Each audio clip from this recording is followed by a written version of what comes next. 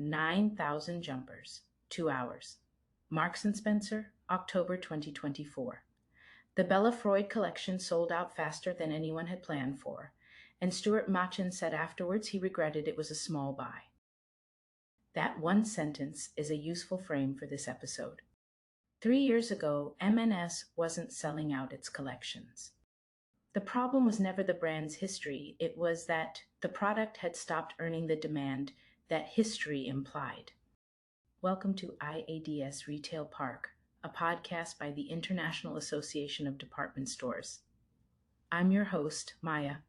Whether this is your first episode or you've been with us a while, it's good to have you here. This week I'm joined by Christine, Director of Market and Events at IADS, and author of this week's exclusive on the M&S comeback. Christine, welcome. Good to be here, Maya. The Bella Freud detail tells you something important straight away. A sellout at that pace isn't a marketing success. It's a product credibility success. That distinction runs through the whole MS story. Let's establish the starting point because the history matters here. 142 years old, a penny bazaar in Leeds in 1884, the first UK retailer to record a pre-tax profit of £1 billion, that was 1997. Then came 2.5 decades of decline. What did Stuart Machin actually walk into in 2022? Well, this week's article describes it as a brand with genuine equity but structural drift, and I think that framing is precise. The YouGov reputation score in 2019 was 38.9. People still respected M&S, but clothing market share had fallen from around 11% to below 9% between 2014 and 2024. The product offer was cluttered, the store estate was mismatched to how customers were shopping. And the culture had become defensive, not in a deliberate way, but in the way large institutions become when the answers are uncomfortable. Archie Norman is worth mentioning here, Christine, because the article is clear that Machin's ability to move quickly depended on the conditions Norman created as chairman. Norman had done this before. He was the architect of the Asda turnaround in the 1990s. That's right, Maya. Norman's role was to enable the candid conversations that had been avoided. That's not a small thing. As CEO can have the right instincts and the right strategy, but if the culture at board level is still defensive, the execution gets filtered. Norman created the psychological safety for Machin to say clearly what was wrong, and Machin then extended that downward through the organization. Let's talk about the Monday box, the Black Book, and straight to Stuart. All of it before touching the product. He stood on a box every Monday to share real trading numbers with the full team, including bad news, which is not what large retailers typically broadcast internally. Straight to Stuart opened a direct channel to all 60,000 Millions employees. More than 25,000 people wrote to him in his first 2.5 years. The Black Book. Every product he evaluated, its price, his notes on the competition. He visited stores unannounced to shop and observe. He was also genuinely the #1 M&S menswear customer. That last detail matters. You can't run a turnaround purely by category review. You have to know the product the way a customer knows it, which means buying it, wearing it, returning it when it's wrong. And it produces a specific kind of accountability. When the CEO owns the product personally, the buying team can't hide behind market research. The product has to be right for someone who has standing to say it isn't. Machin articulated the strategy in a phrase, protect the magic, modernize the rest. That included closing shops, reducing clothing floor space, and targeting 50% of the clothing business online. The phrase is simple enough to be credible, which matters internally when you're asking 60,000 people to change how they work.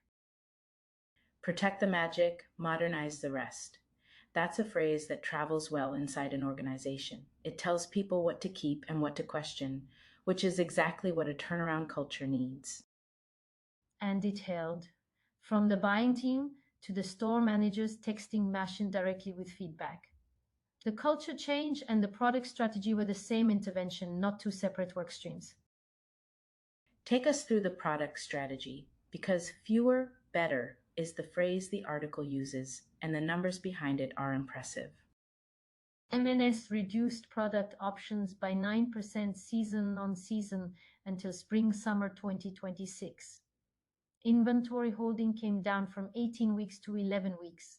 Full-price clothing sales rose from 63% pre-COVID to 80% by 2025. The fashion, home and beauty division revenues grew from £3.72 billion in fiscal year 2022 to 2023 to £4.24 billion in fiscal year 2022-2023, with operating margins expanding from 8.7% to 11.2% over the same period. The inventory reduction is the number I keep returning to. 18 to 11 weeks. That's a discipline decision, not a design decision. You're forcing the buying team to commit, hold, and trust the product. And it changes the relationship with discounting. Markdowns are a trust problem as much as a margin problem. They tell the customer they were overcharged the first time. Getting to 80% full price is the foundation everything else is built on. Autograph is the clearest case study. Menswear alone went from £50 million to approximately £200 million in 3 years. The drivers were buying more deeply into core lines, elevating materials, cashmere, merino, Supima cotton, silk, and then genuine product innovation. The Autograph Performance line, men's technical workwear launched in October 2025, grew 100% in under 2 years.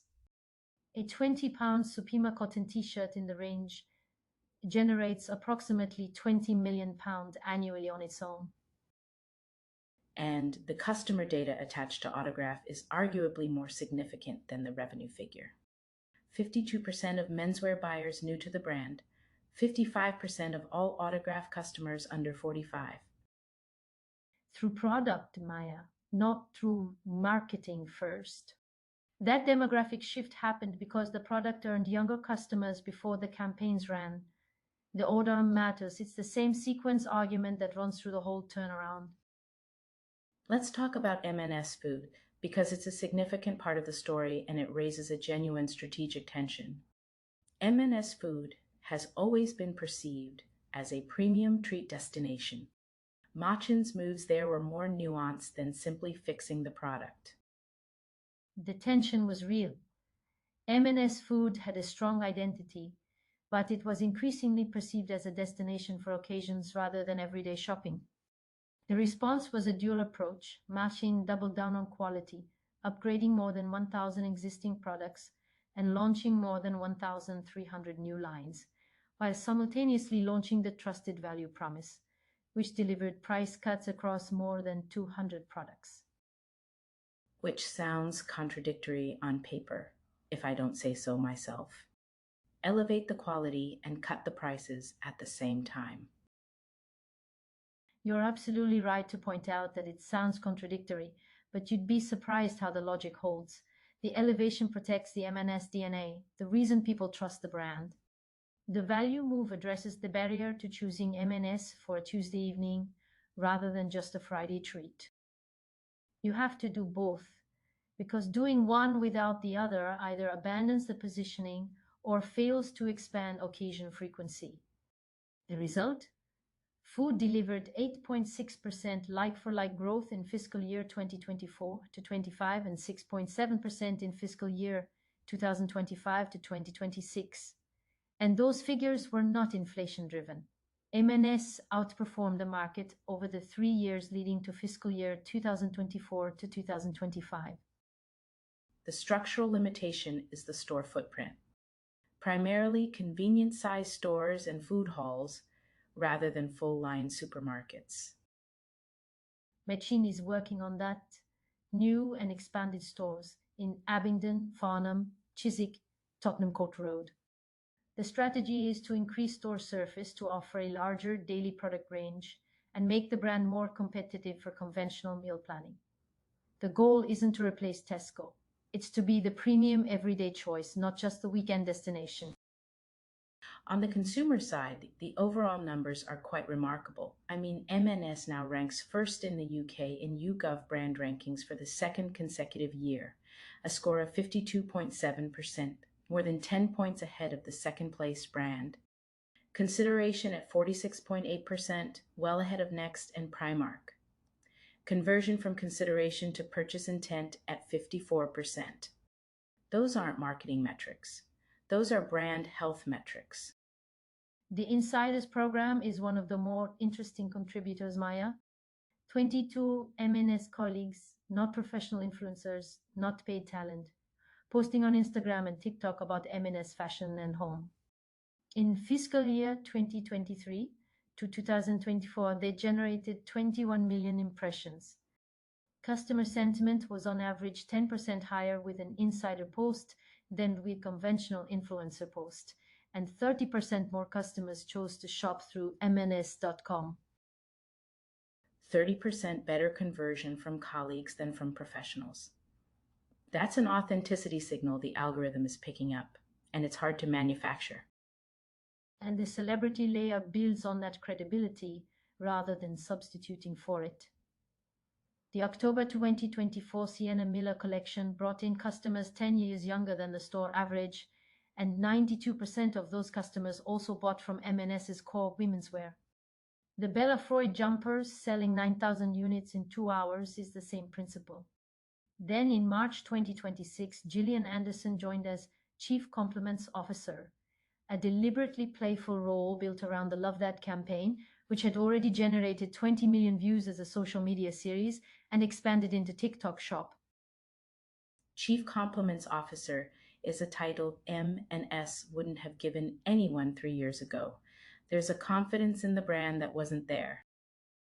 I suppose so, Maya. You can't be playful with the marketing from a defensive position. The credibility has to exist first. Sparks, the loyalty scheme overhaul in April 2026. It's a structural change, more than just a redesign. M&S replaced the traditional point earning and burning model with spendable cash rewards. The new digital Sparks wallet earns cash across all categories, with additional bonuses for cross-category purchases and partner activities, including holidays with Virgin Atlantic. The program is powered by AI and data analytics to deliver personalized offers based on individual shopping habits. The cross-category element is what's strategically interesting. You're using loyalty data to move customers across food, clothing, and home, not just to retain them in one area. And to reward discovery. The program explicitly encourages customers to explore areas of the store beyond their usual purchases. When 96% of third-party brand purchases already include another M&S product, you have the foundation to make that cross-category logic work at scale. International expansion feels like the next chapter, but Christine, the article gives it a lot more historical context than I expected. This isn't M&S's first attempt at going global. Not at all. And that context is important. M&S started international expansion in the 1970s by buying local chains. By the mid-1990s, they were rapidly opening franchised and owned stores with an ambition to reach 25% of revenues from overseas by 1997. That overextension unraveled quickly. A complete withdrawal from all international markets followed. Stuart Rose relaunched international growth from 2006 through a lighter franchise model, including the first store in China in 2008. His successor, Marc Bolannon, opened a flagship on the Champs-Élysées in Paris in 2011 and announced plans for 250 new stores worldwide. Steve Rowe then reversed course entirely, closing 53 overseas stores in 10 countries in 2016, including Paris. So by the time Machen arrived, M&S had already failed at international expansion more than once. That history shapes the approach. It shapes it completely. Under Machen and learning from those experiences, M&S pursues international development as a brand rather than as a retailer. Online with Zalando from 2022 and now with Amazon from 2026 in European markets, with Nordstrom in 30 stores and online in the US, with 24 David Jones stores in Australia since 2025. M&S is capitalizing on established customer bases to build brand awareness and test appeal in new markets, without the capital commitment or operational risk of owned retail. For IADS members specifically, the Nordstrom and David Jones partnerships are the most relevant signal. The article makes the point explicitly. This model demonstrates the continued strategic relevance of the department store partnership. M&S chose established department store networks as its international infrastructure. And the London Fashion Week collection in September 2026, the first See Now Buy Now presentation M&S has done, supports that push. Brand visibility to initiate additional partnerships and confirm the fashion ambition at a global level. The international chapter is being written carefully this time. Let's pivot a bit to the cyber attack back in April 2025. Before we get to the strategic framing, Christine, can you walk us through what actually happened? Social engineering. Threat actors impersonated an M&S employee and convinced a third-party IT contractor to reset an internal user's password. From there, ransomware encrypted the virtual machine infrastructure. Contactless payments and click and collect terminals began failing across the chain, and click and collect accounted for nearly half of M&S's online order fulfillment. By April 25th, M&S had shut down all online purchases. The store was closed online for 46 days. Personal customer data was stolen. The gross operating profit impact was approximately £300 million.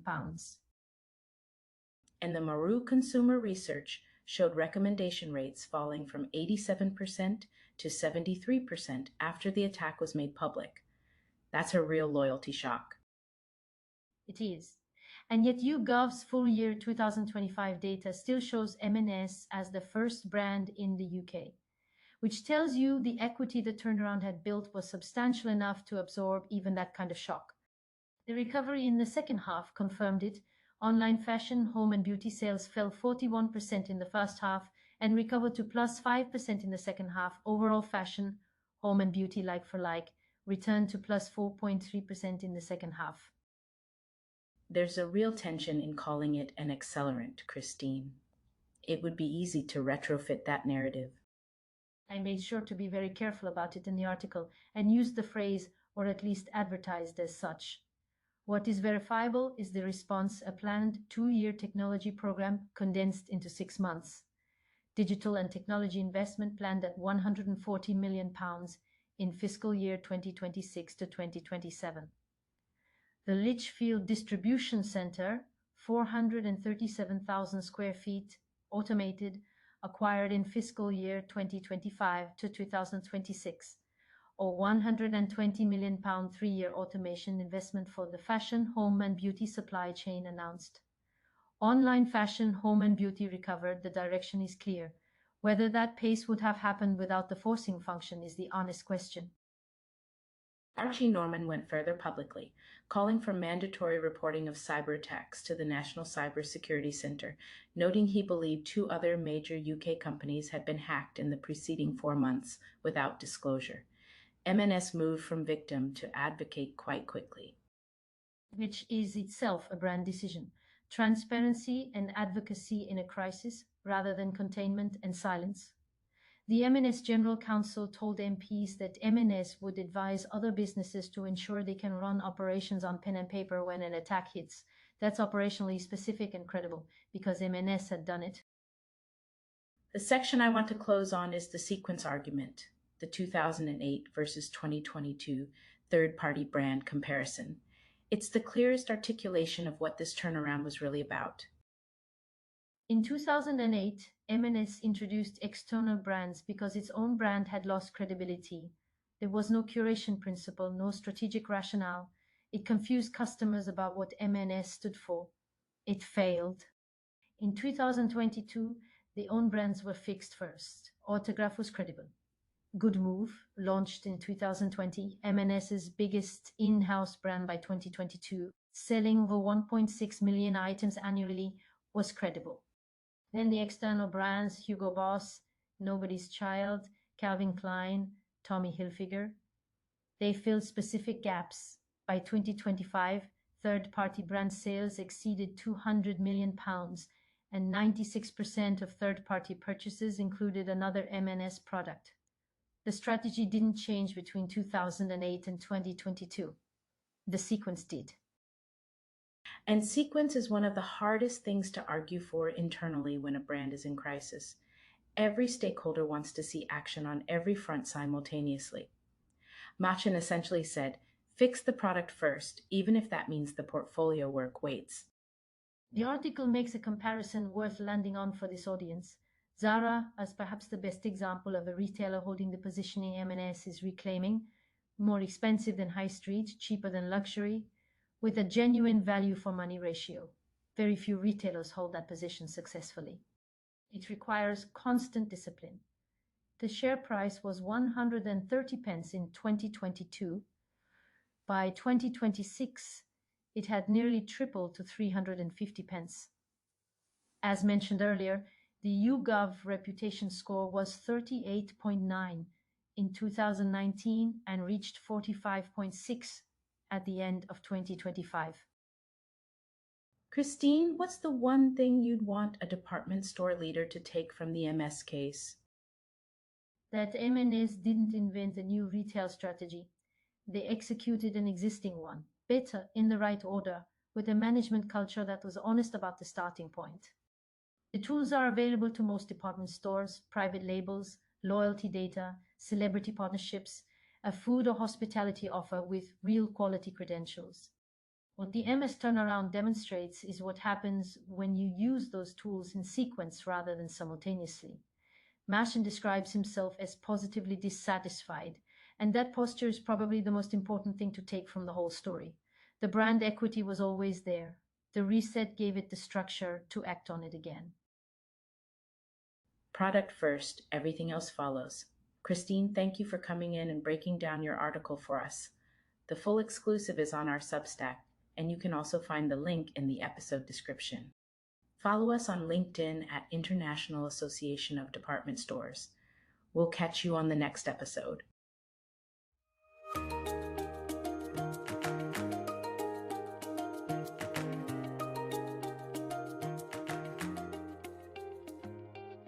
Quick note: this podcast uses AI cloned voices created with human oversight.